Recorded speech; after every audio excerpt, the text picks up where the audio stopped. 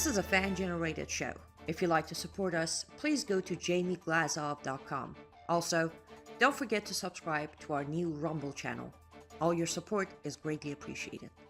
Hello, ladies and gentlemen.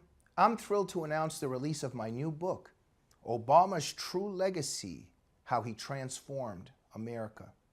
There's a reason why Mike Huckabee calls it a ferocious and chilling read. Order it now at Amazon.com or at FrontPageMag.com. Good evening. Welcome to the Glass Off Gang. Tonight, another fantastic program with another fantastic guest. Super fantastic this evening. Ladies and gentlemen, please remember, we're a fan-generated program. Can you please help us out a little bit more than you have been? Subscribe to our YouTube and Rumble channels. Press instant notifications. Go to jamieglazoff.com and subscribe to our newsletter. And please help us out with the donate button. Follow us at Jamie Glazoff on Twitter, at Jamie Glazoff on Facebook. Most importantly, Annie Cyrus's website, liveuptofreedom.com. Visit there, follow it, and give Annie all your support because she's on the front lines. Annie Cyrus, can you introduce our great guest this evening? Well, our great guest never needs an introduction, but just in case, if anybody is curious, the one and only, the man, the myth, the legend, Robert Spencer, director of Jihad Watch.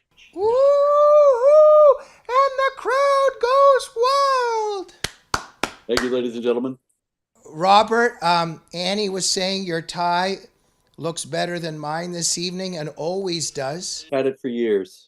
Can you tell us a little bit about why you're such an awesome dresser and where you get all these awesome suits and ties? Well, actually, I owe it all to your influence, Jamie, because it was imitating you that led me to a sharper sartorial sense. Annie, any extra comment on Robert's wardrobe before we begin?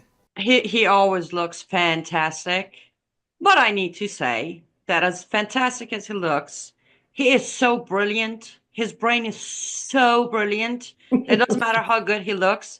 The moment he starts talking, the look fades away and the brilliance comes through. Okay. Robert, I mentioned jihadwatch.org. Tell the viewers a little bit about what you've been doing lately and other things they need to know about you and all your books. Well, let's see. We got Muhammad, a critical biography, which came out in October, and that is exactly what it says it is in the title. It is a biography of Muhammad that evaluates the stories, compares the different versions of the stories to try to determine, is any of this historically accurate? If so, which parts? If not, what is the implication of that? And or what are the implications? I had a lot of fun writing it, and I think that it would be of tremendous interest to people who, even those who think that they know all about Muhammad, there's more. But anyway, that's one thing. Then we got in March coming up, that's 2 months from now, Anti-Semitism, History and Myth, which was inspired by the reaction to the October 7th attacks among some people that I knew and respected at the time. And suddenly they're coming out with all this hateful material about Jews and Judaism. And I'm not Jewish myself, but I thought this is extraordinary. I thought these kinds of things were long in the past. And so I thought I would give an explanation of where the hatred of Jews comes from in pre-Christian paganism, in Christianity, in Islam, in National Socialism, and in international socialism, and how all of those are in play today to create the terrible situation that we've seen in the world since October 7th, 2023. And also the book confronts and refutes some of the more common claims, such as, the Jews control the media, the Jews control the international organizations, and so on. Wow. Well, thank you for doing that, and extremely relevant always, but especially for our time, because as we see with October 7th and the world's reaction to it, and now with this ceasefire in effect, you would think the whole world would be behind Israel. not really the case. So your book, I'm very much looking forward to reading it, and I think it'll be extremely important. Robert, we've got this Israel-Hamas ceasefire deal, quote unquote, because there's a lot of back and forth still. It's on, it's off, it's on and it's off. But overall, in terms of the details that we're looking at, it looks like a very bad thing, correct? Yes, it's a disaster. It is the cause of great celebrations in Gaza among Hamas jihadis and their supporters, and the Council on American Islamic Relations has applauded it and thanked Trump for his role in it. Those are two indications that this is a very bad deal, because the Council on American Islamic Relations, of course, is a longtime mouthpiece for Hamas in the United States, founded in order to advance Hamas's agenda in the United States. And so if Hamas in the United States and in Gaza thinks this is a great deal, then obviously it isn't. And there are numerous reasons for that. One of the most notable being the fact that Israel is receiving back some, not all, of these hostages, who, we must remember, were innocent civilians who were kidnapped and have been held under who knows what kind of hellish conditions ever since then by Hamas. And meanwhile, they're being exchanged for prisoners who are in Israeli jails. And those are people who have killed Israelis or engaged in terrorist activity or criminal activity of some other kind. And so, in the first place, you're trading innocent people for criminals.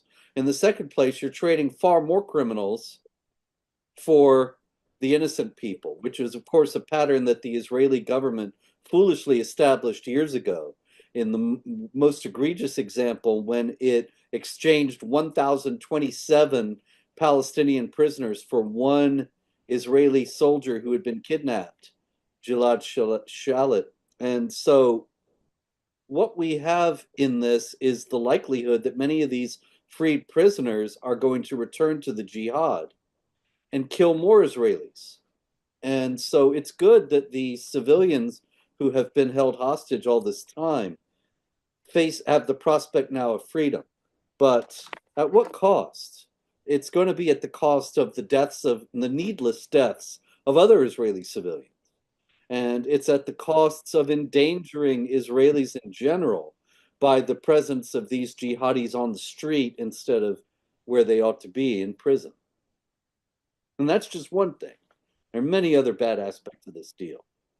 Robert, let me just narrow in on this for a minute, what you brought up. So when we have the Israelis releasing thousands of terrorists for just one person, hundreds for two, thousands for three, sometimes even for a dead Israeli, what does this say about the value that Jewish people put on human life and the value that the Islamic community, quote unquote, the Palestinians, Islamic world, put on human life? Because I think that's an important issue to discuss here. Well, certainly that's why they do it, because the Israelis value human life to such a tremendous degree. And so they're willing to take this risk. But I think if they thought it through all the way and they valued human life in a consistent fashion, then they wouldn't engage in deals of this kind. Just a second. But aside from whether they should do it or not, I'm just saying, when one side just wants one person back and they're willing to give 1,000 terrorists, and when the other side says, we'll give you one person, but you give us 1,000, what does it say about the side that will release one but want 1,000?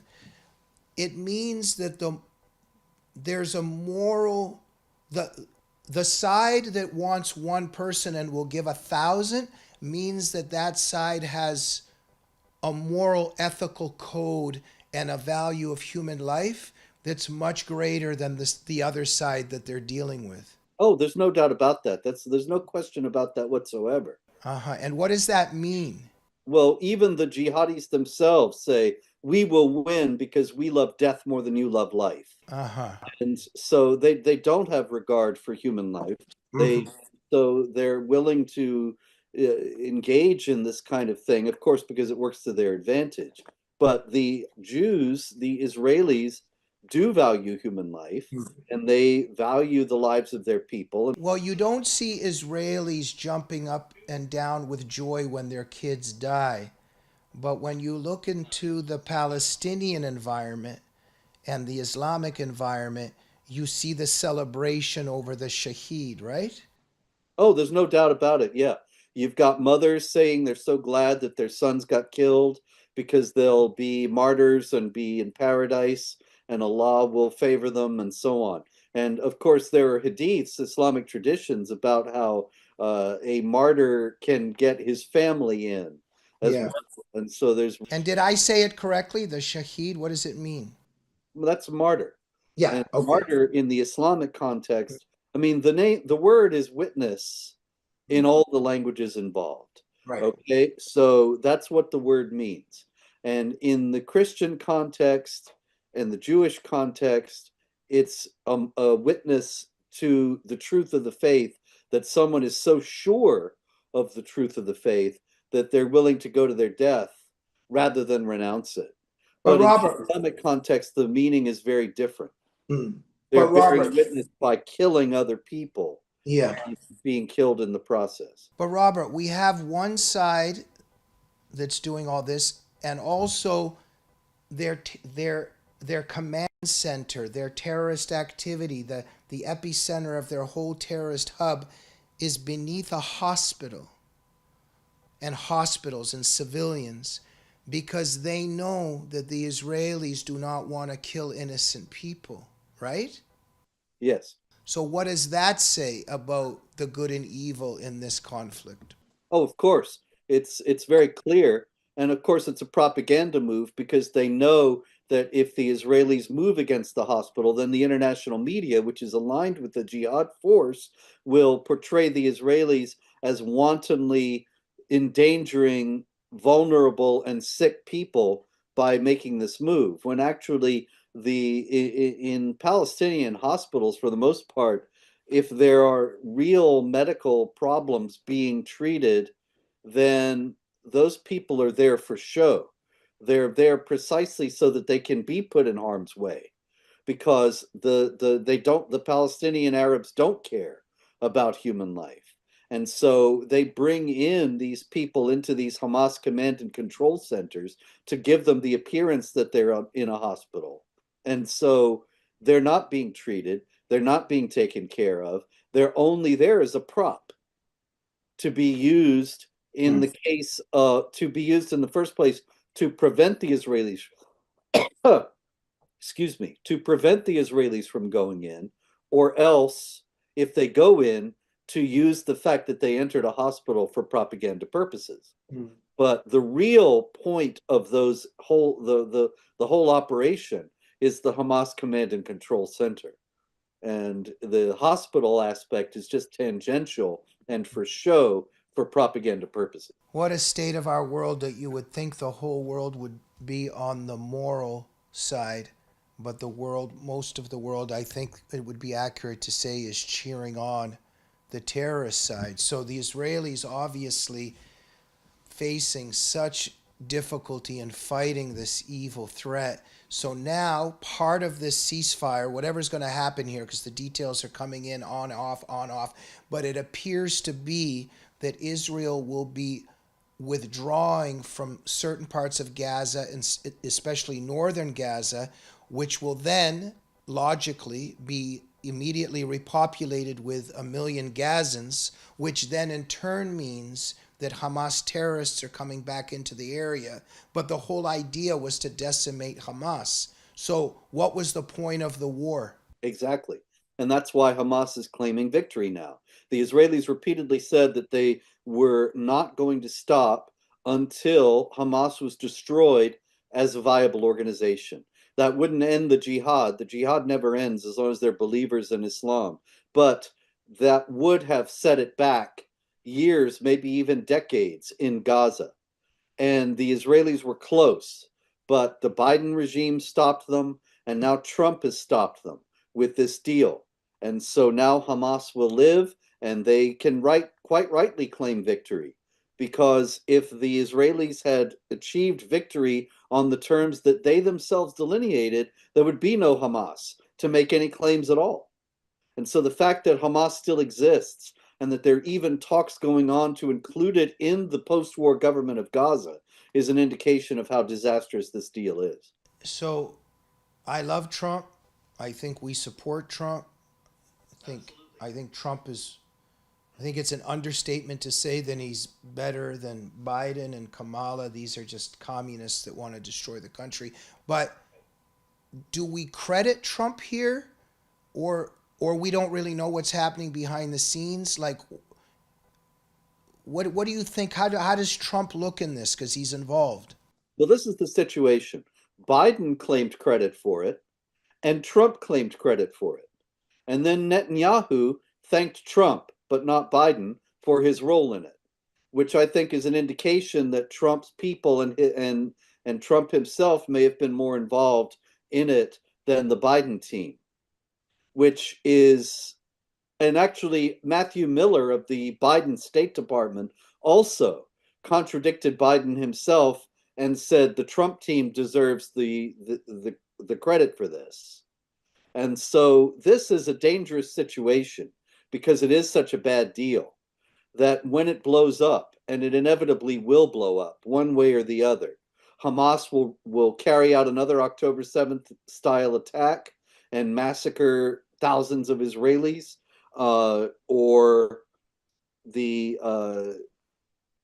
situation will spiral out of control in Gaza to the degree that it becomes worse than it was before. And of course, the international community in the United States bears the lion's share of the responsibility for that if that happens, because part of the deal is that they're going to give all these millions for humanitarian aid to rebuild Gaza.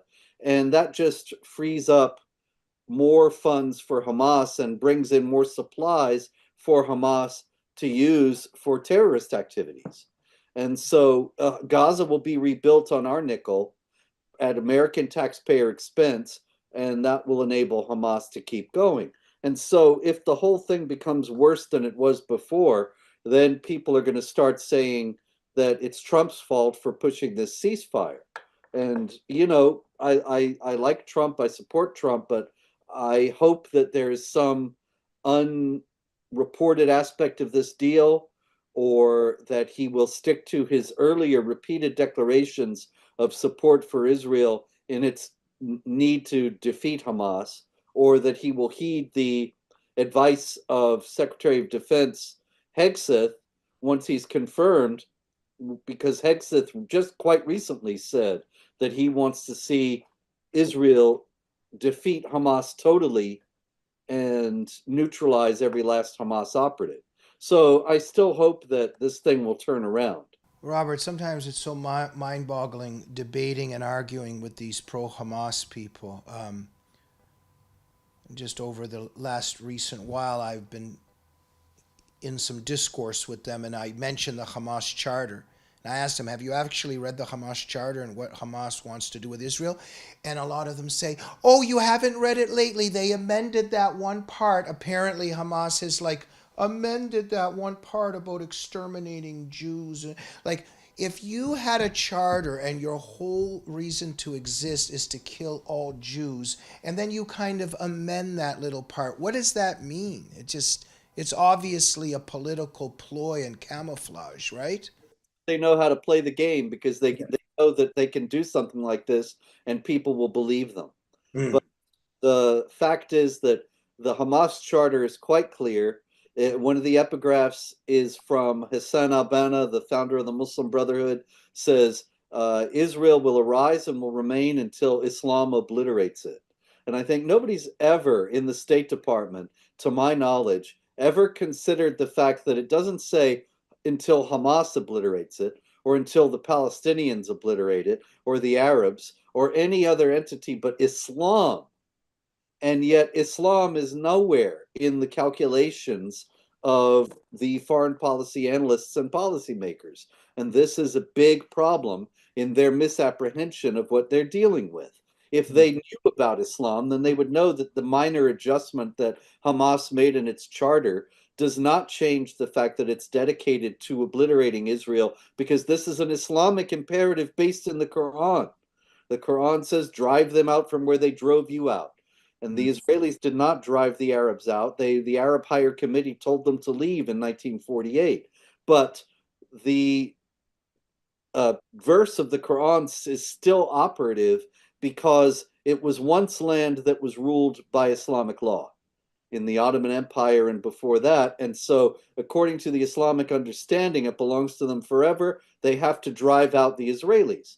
And so that's never going to be negotiated away or changed in a charter with some words. That imperative always remains. And that all the new genocide of the Jews. Robert, you said in 1948, who told who to leave? The Arab Higher Committee told the Arabs to leave the land of Israel because the Israelis had declared independence, and the Arab Higher Committee knew that the Arab states neighboring Israel were about to declare war, and they're going to destroy Israel in a matter of weeks. So we'll get our people out of harm's way, and then once we destroy Israel, they could go back. Well, but the Jew hating side says that the Israelis removed and forcibly kicked them out. yeah, that's not true. I have the receipts in The Palestinian Delusion, a book I wrote back in 2019. The Palestinian Delusion is a history of the Middle East peace process. And it shows, I've got quotes from the Arab Higher Committee, from contemporary newspapers, Arab newspapers, Lebanese, Syrian, and others, saying, yes, the Arab Higher Committee has told the Arabs to leave, and Arabs are leaving Israel in large numbers. And this was reported openly at the time, and now completely forgotten and replaced by this myth that the Israelis expelled the Arabs wholesale. Yeah, and they thought that the invaders would just do it overnight and then they would come back. But the truth of the matter is that if those Arab countries did not invade and accepted the state of Israel, the Israelis were very happy to be living alongside the Arabs that were in that land, right? They invited them to stay, and the apartheid business, of course, has always been wrong.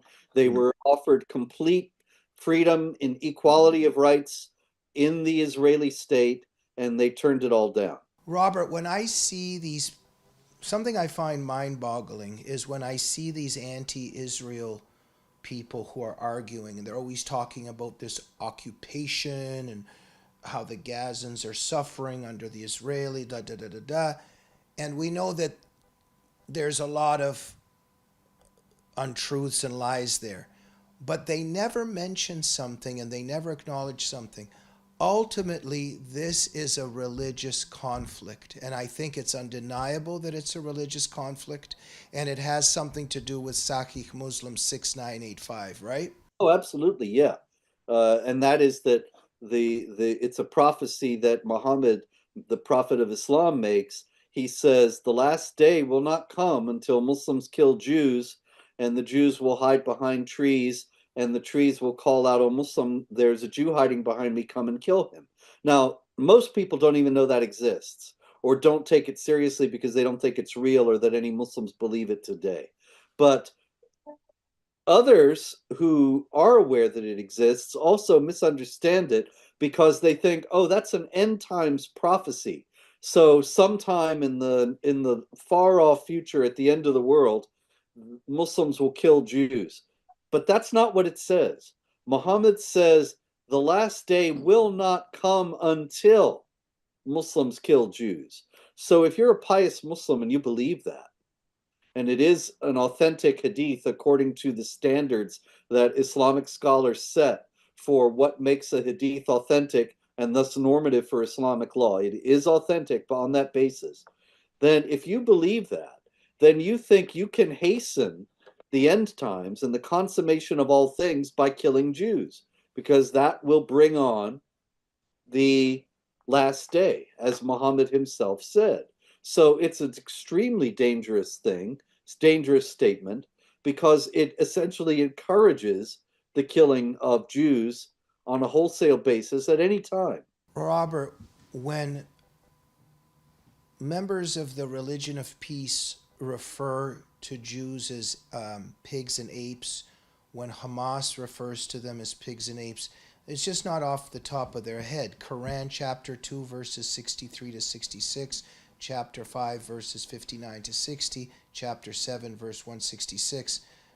Their holy book refers to Jews as pigs and apes. Can you tell us a little bit about this? I don't think that this is a path to peace.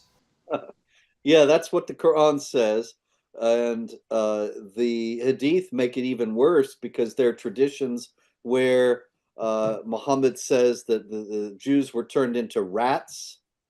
And But Robert, what does that mean that they're apes and pigs? That they're descended from apes and pigs, or that they are apes and pigs? Because they look human to me. well, believe it or not, Islamic scholars actually argue about this. Okay. Disagreements about it in the Islamic world as to whether it's metaphorical and that they're just dehumanized people under the guise of human beings, or Okay. whether there are actual apes. When Admiral Sir Richard Burton took the pilgrimage to Mecca, he took the guise of a Pashtun physician and made the pilgrimage to Mecca in 1852 because he wanted to see what it was like for Muslims, not converts, but ordinary Muslims, to make the pilgrimage to Mecca. When he's going through Arabia, he saw some monkeys that he didn't recognize. He was a great naturalist, and he knew the species of various monkeys, but he didn't know this one. And so he asked some of the Arabs who were guiding him through Arabia, and they said, "Oh, those are the Jews that Allah transformed." And so they thought that it was a literal physical transformation. And nowadays you find Hamas spokesmen and many others referring to Jews on a more or less routine basis as the children of apes and pigs. But logically, how can they be the children of apes and pigs if they're human? Well, it's only an appearance. So in Islam, they really believe that Jews are apes and pigs, but that they are camouflaged by a human appearance? Yeah, that it's a transformation so that they have bestial appetites and bestial perspectives. And this is one of the reasons why it's so important for the Muslims to fight against them and to try to limit their influence, because it's dehumanizing, because they are not human themselves. What anti-Israel figures do you know? What leaders of the Muslim world do you know that have tried to confront this teaching and admit that this is a bad thing and leads to anti-Semitism, and have tried to have some kind of reform or to eliminate this out of Islamic understanding? Oh, none of them. Zero. That doesn't exist, because you'd be going up against the Quran, and a Muslim can't stand up and say the Quran is wrong, because then he's an apostate or a heretic, and he's going to be subject to a death sentence himself. But so when they go on and on and on about the occupation, they're kind of avoiding the real issue, right? Well, sure. Yeah. See, that's actually one of the key points in the Palestinian delusion, is that people are wrongly understanding what this conflict is all about. And that's precisely because, in the first place, the Palestinian Arabs and their allies have been very skillful and clever and canny in portraying it and in Marxist terms as a struggle of the oppressed against the oppressor, or the indigenous people against the colonialist, when actually what it is a classic Islamic jihad. And so they have obfuscated for the general public what a jihad is. And the US government and all the other governments of the West are afraid to even speak about jihad. And they don't have any strategy for combating it. They don't even recognize that the global jihad exists.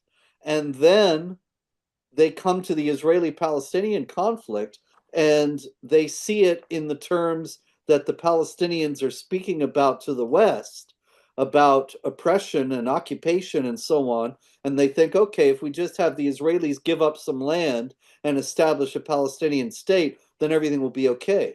If the analysts in the West understood that it was a jihad, they would never fall for that, because they would know that the jihad imperative is maximalist and wants 100% of Israel. It's not drive them out from where they drove you out, or I mean, that is, it's not drive them out of part of what they drove you out. It's drive them out from where they drove you out, all of it. And so any establishment of a Palestinian state, the West will think, oh, this is going to solve the problem and now there will be peace. And the jihadis will know that the Palestinian state is just a stepping stone to further attacks on what's left of Israel, just as the withdrawal from Gaza was in 2005. Annie Cyrus, what do you think of our discussion? This is a great discussion, but I actually have a question for Robert.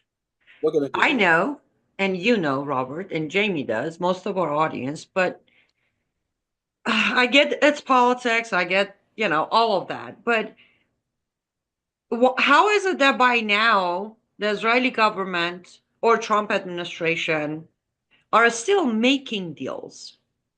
These deals aren't going to last. It's a week, maybe two, maybe a month, maybe 6 months. Hamas isn't going to stay with that ceasefire. Iran's not going to back down and not fund Hezbollah and Hamas to get rid of Israel. When and who is going to stop and say, we're done negotiating, take care of the business, and let's get to where Middle East was before, well, I would say Islamic Republic of Iran took over?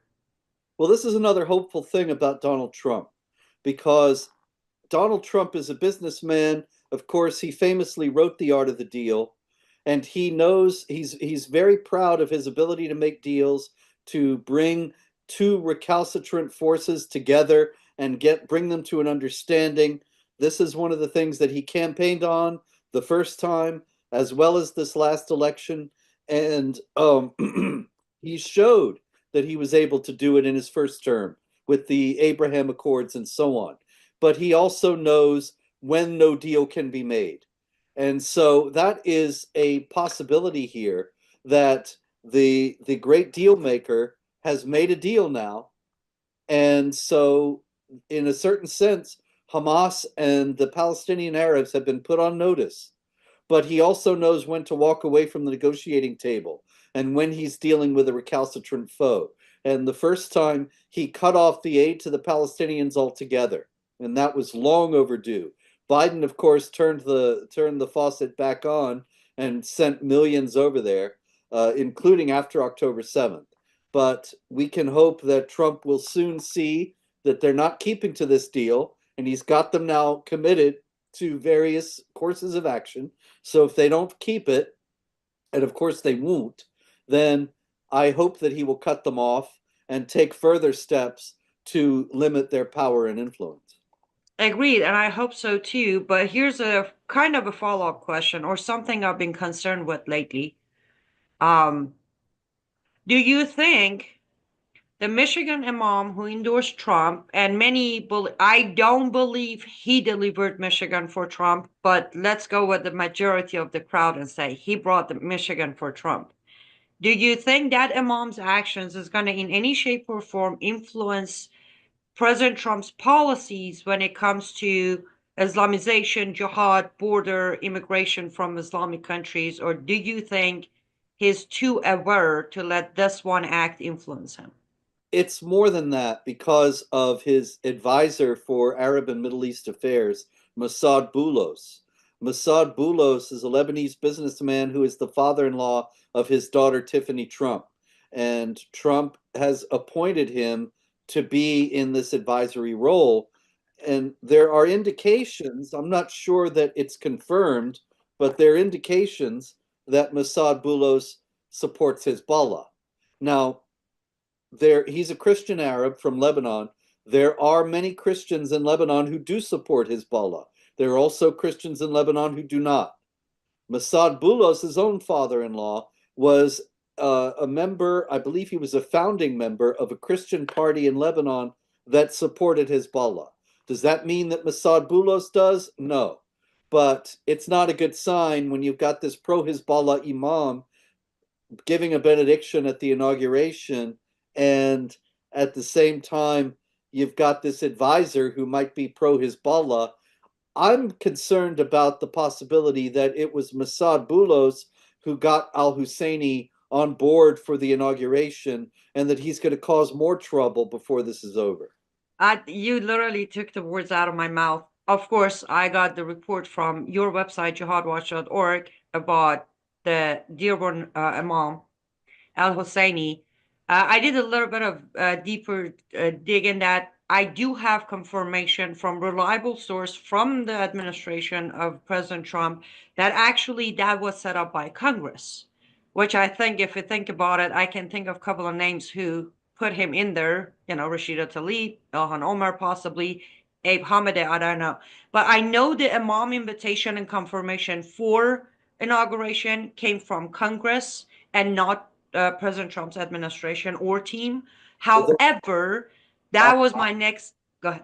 No, that's all. Just if that, I didn't know that Congress had any role in planning Trump's inaugural, but if that's true, then Trump's people should say that you got to get rid of this guy, and they can get one of these moderates. I mean, I don't really trust these moderate Muslim spokesmen because I've had personal interactions that were so unpleasant with so many of them and found them not to be honest or forthright about Islamic teaching. But at least they don't openly favor Hezbollah or Hamas, and he could get one of them if he's got to have a Muslim as inauguration. Well, my understanding, and this is not just President Trump's, the information I was given was every single inauguration, the scheduling in the members from pastors, rabbis, the speakers, who's going to do the singing, all of that is set by Congress for every inauguration. But my original thought was this is Congress trying to make President Trump look bad. But then with the advisor, with the situation with the deal, I'm starting to be a little concerned as to where President Trump and his administration are going to go with our fight against Islamization of America. Indeed. And so really, he could do it over the weekend as well. He's got 3 full days. I hope that we end up not seeing al-Husseini at the inauguration. But even if we do, it's not the end of the world. I don't think that it constitutes an endorsement of his perspective at all. I'm only concerned that there might be elements in the administration, as I explained, who may hold to that kind of point of view. And that, once again, time will tell. Absolutely. Thank you, Robert. And ladies and gentlemen, here's your host, Dr. Jamie Glaser. We're going to take a quick sponsor break and we'll be right back. Looks like you've been sleeping well. Megan, he's back. The My Pillow guy. And you're looking good. Still feeling good. Well, just when you thought it couldn't get any better, we've got the best pillow ever, My Pillow 2.0. Wow, it's so soft and smooth. It's cool to the touch. How did you do that? Well, we took My Pillow's patented fill and combined it with this new technology that we didn't have back then when I invented My Pillow to bring you the best pillow in history, My Pillow 2.0. Just like all of you, I never imagined that My Pillow could get any better. That's why I haven't changed it in nearly 20 years. Then I heard about a revolutionary new technology, and I knew I had to bring it to you all. My Pillow 2.0 is truly the next generation of My Pillow. The My Pillow 2.0 is cooler and softer than the last My Pillow. It is so comfortable to sleep on at night. I look forward to going to bed, and I wake up well rested in the morning. Sleep is all about temperature and height. My Pillow 2.0's patented adjustable fill is going to give you the exact individual support you need from your head to your bed. And now here's where it gets even better. We've all experienced those temperature-related sleep interruptions where you get too hot, you toss and turn, you flip your pillow over to the cool side. Well, all that's gone with my brand new My Pillow 2.0 cooling fabric that's made with temperature-regulating thread. The best sleep just got even better. Whether you have a MyPillow or not, you need to get the brand new MyPillow 2.0. Call or go to MyPillow.com now. Use your promo code, and for a limited time when you buy one, you'll get a second one absolutely free. You're sleeping even better. And cooler, too. And you're looking good. feeling good. I knew you would. Visit mypillow.com. And that's right. Make sure to go to mypillow.com or mystore.com and use promo code GG21. If you do that, you can get a discount of up to 60% off all the amazing products. It's going to help Mike Lindell and the Glazoff gang. And if you like one-of-a-kind handmade art, make sure to go to lutfstudio.com and purchase resin art pieces made by the one and only, our producer, Annie Cyrus. Use promo code Glazoff to get special discounts. You're going to be helping out not just the Glazoff gang, but Annie's battle for freedom and liberty worldwide. We're back with the great Robert Spencer. Robert, how are you feeling tonight on this show? Jamie, it's always a privilege and an honor for me to be able to speak with you. You sound like you had that prepared. That's right, ladies and gentlemen. We have prepared all manner of encomia for Jamie Glazoff because he is the world's premier talk show host here in the year of our Lord 2025. Thank you very much, Robert. Before we get back into the serious issues, can you do one more imitation of Bernie Sanders or somebody else this evening? You're a great impressionist. Not Bernie for so long. I don't know what you want me to say. What do you want me to say? That he's a commie? He's a commie. Yes. I haven't even heard him for years. Robert, you're in the wrong profession. I think you would have been a great stand-up comedian or actor. What do you think?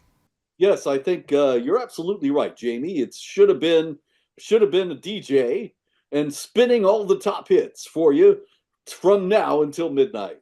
But unfortunately, the jihad intervened. Right. Did you really like Bob Dylan? I think you did as a musician. Oh, you got to admire his wordplay. I actually do a little writing myself. I don't know if you know that. Okay. And I don't do anything like the writing that Bob Dylan does. It's a completely different thing. But that doesn't mean that I wouldn't be a writer of any kind if I didn't have an appreciation for the power of words and for the melody, the song that is in words as written. And he's a master at writing vivid images and putting together juxtaposition of things that you would never expect that bring you to new planes of thought. I have tremendous admiration for anybody who has the ability to do that. I'm a completely different kind of writer, but you got to hand it to him. He's a master. He's a great artist, right? Yes. And there's more songs than just Blowing in the Wind. There was Come Gather Round People Wherever You Roam, that one, right? But you're talking about, that's very old. It's all through his career. There's great songs that are strengthened by the great poetry in the lyrics. Well, what was one of your favorite songs? Changing of the Guards. That's one that you've never heard. Okay. And people who are watching this will have never heard, but you should check it out. How does it? Peace will come with tranquility and splendor on the wheels of fire. That's as far as I can go. I'm sorry, I don't want to misquote it, but there's a lot more. Okay, thank you, Robert. You have a great, I know this about you. You're not just a scholar and a truth teller about Islam, but you have a great appreciation for and insight into the arts and many other things.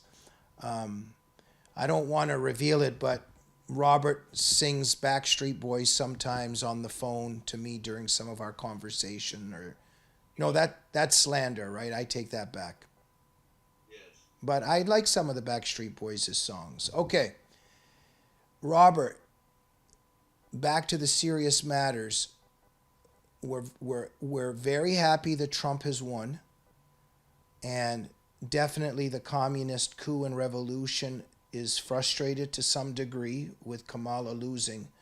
But how do you see things going? Because the left is obviously still very strong and plotting a lot of dangerous and scary things. What do you think? Oh, I don't have any doubt about that. They're going to be doing their best to torpedo the new Trump administration, just as they did their best to try to destroy the first one.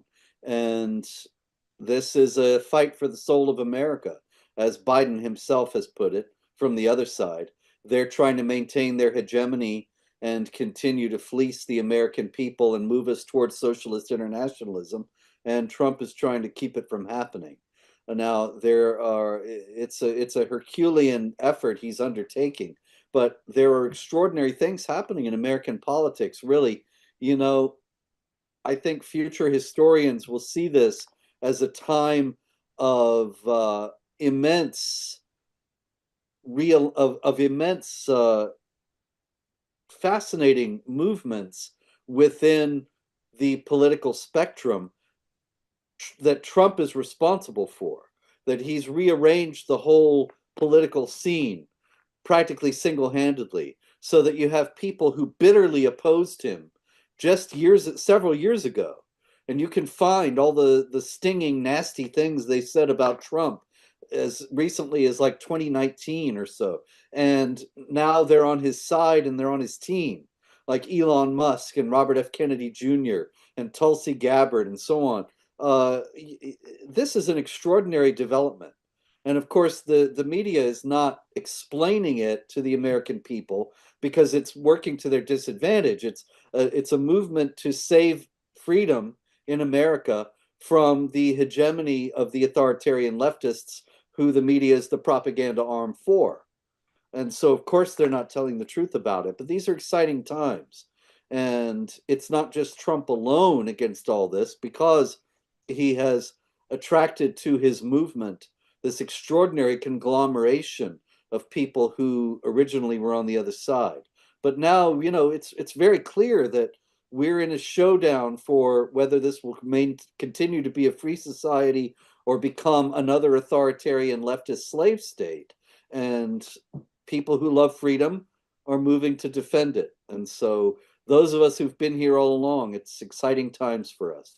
Robert, it never ceases to amaze me, the mindset of the left, but when we are familiar with who Satan is and what evil is, then perhaps it's not too shocking. But, I run into some Russians over the years, and, and some of them,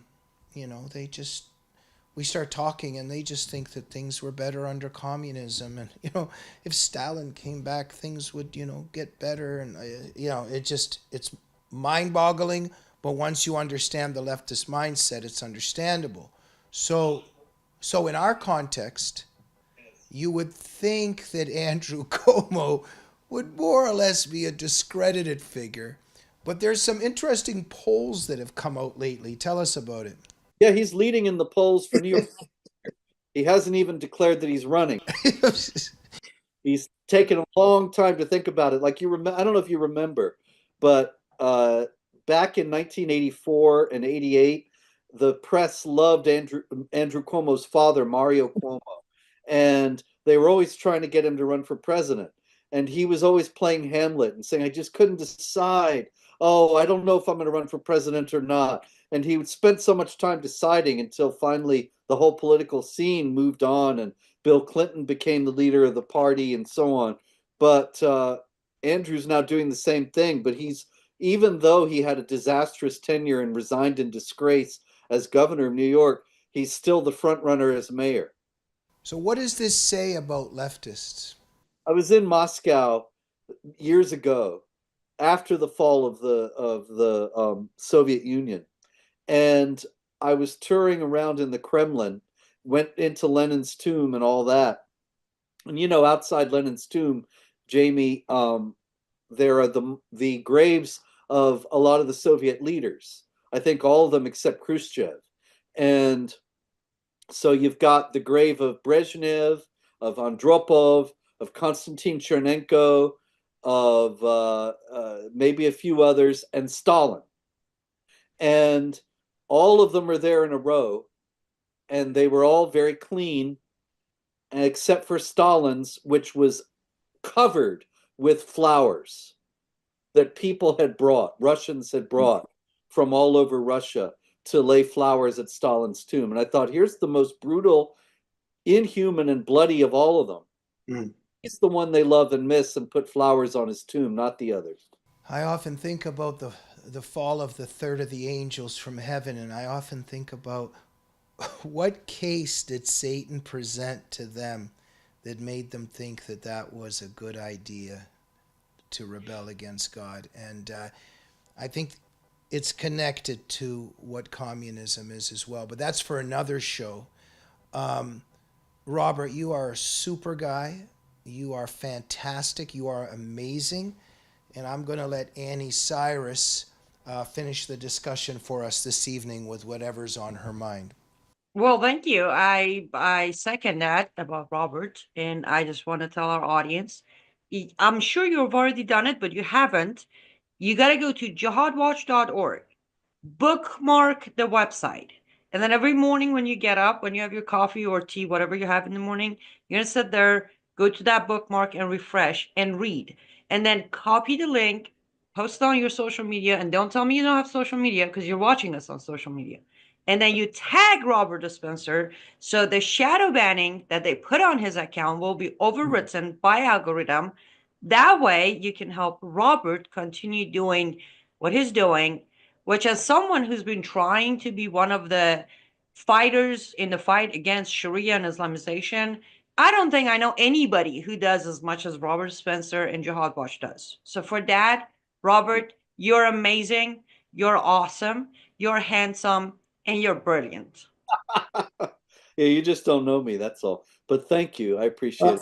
I'm just feeling a little bit left out. But Robert, under 60 seconds, what are your final thoughts and what should viewers be thinking when they walk away from this show tonight?